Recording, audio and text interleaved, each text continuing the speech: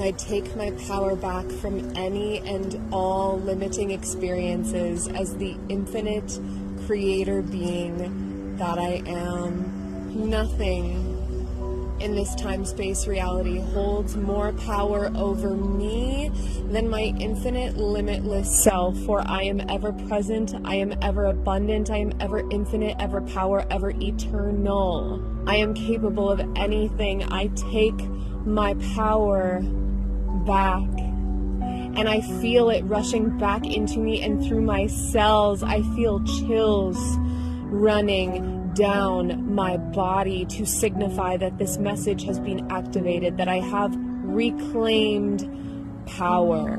And now I emerge into my life as an ever more powerful being that has reconnected with yet another aspect of her ever present, ever infinite, ever powerful essence.